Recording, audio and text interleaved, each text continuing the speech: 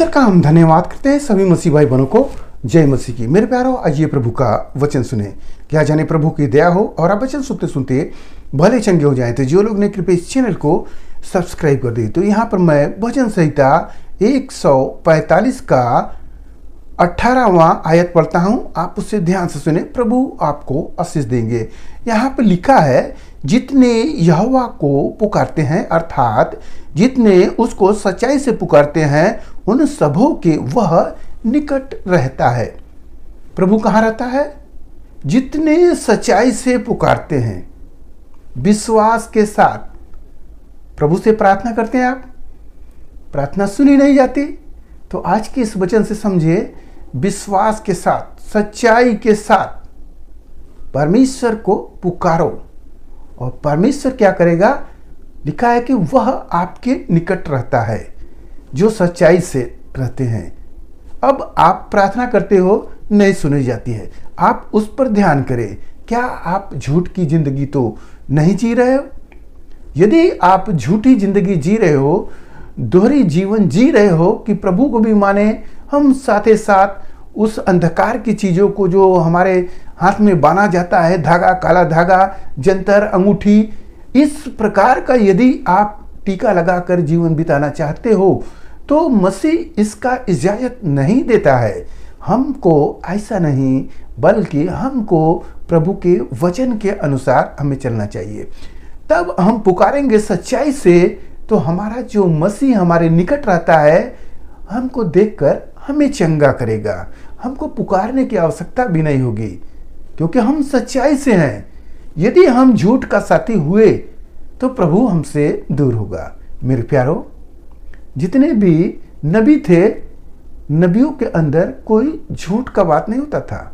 वो बोलते थे और परमेश्वर पूरा करता था। कैसे? सच बोलते थे। तब जब आप भी सच बोलेंगे तो आपकी भी बात पूरी होगी। लिखा गया है, हमारे पूर्वजों ने भी कहा है कि सच बराबर तप नहीं, झूठ बराबर पाप। यानी आप सत्य बोल रहे हैं तो एक तपस्या कर रहे हैं, एक तपस्वी हैं। झूठ बोल रहे हैं तो उससे बड़ा पाप कुछ भी नहीं है। अब आप दोनों मिलावट करके जीवन जी रहे हैं, एक सत्य का, एक असत्य का। ऐसे जीवन जीने से अच्छा है कि आप कहीं और होते, संसार में ही रहते। आप मसीह में ऐसा जीवन नहीं जी सकते, क्योंकि हमारा प्रभु कहता है, जैसे मैं पवित्र हूं, तुम भी पवित्र बनो। हालेलुया। मेरे प्यारो, प्रभु उनकी सुनता है। सुने आयत क्या लिखा है 19वें में, वह अपने डरवैयों की इच्छा पूरी करता है और उनकी दुहाई सुनकर उनका उद्धार करता है। किसकी इच्छा पूरी करता है? परमेश्वर। जो डरवैये होते हैं, डरवैये का मतलब ये नहीं कि डरपोक आदमी, ऐसा नहीं। डरवैयों का मतलब ये कि जब हम गलत काम करने ही वाले थे, कोई ऐसा व्यक्ति आया ही था, तब हमें प्रभु की याद आ गई। अरे प्रभु है, हम ऐसा काम नहीं कर सकते, हम यीशु मसीह में हैं, हम ऐसा घृणित काम नहीं कर सकते, हम उसका चढ़ावा नहीं खा सकते। हालेलुया। मेरे प्यारो, जब हम प्रभु से भय खाते हैं, डरते हैं, तब वो प्रभु क्या करता है? वो डरवैयों की इच्छा पूरी करता है और उनका उद्धार भी कर देता है। यानी जो बीमारियों में होते हैं, उनको प्रभु क्या करता है? छुड़ा लेता है, वो चंगा कर देता है। हालेलुया। मेरे प्यारो, आज के इस वचन से आप अपने जीवन पर ध्यान दें। कैसा जीवन जी रहे हैं? क्या मसीह के वचन के अनुसार है, या हम अपनी स्वार्थ भरी जिंदगी को जी रहे हैं? यदि आज के इस वचन से आपको जरा भी कुछ समझ प्राप्त हुआ है, तो आप अपने जीवन में बदलाव लाएं और देखें, प्रभु आपके निकट रहेगा और जो आप बोलेंगे वह बात पूरी होगी।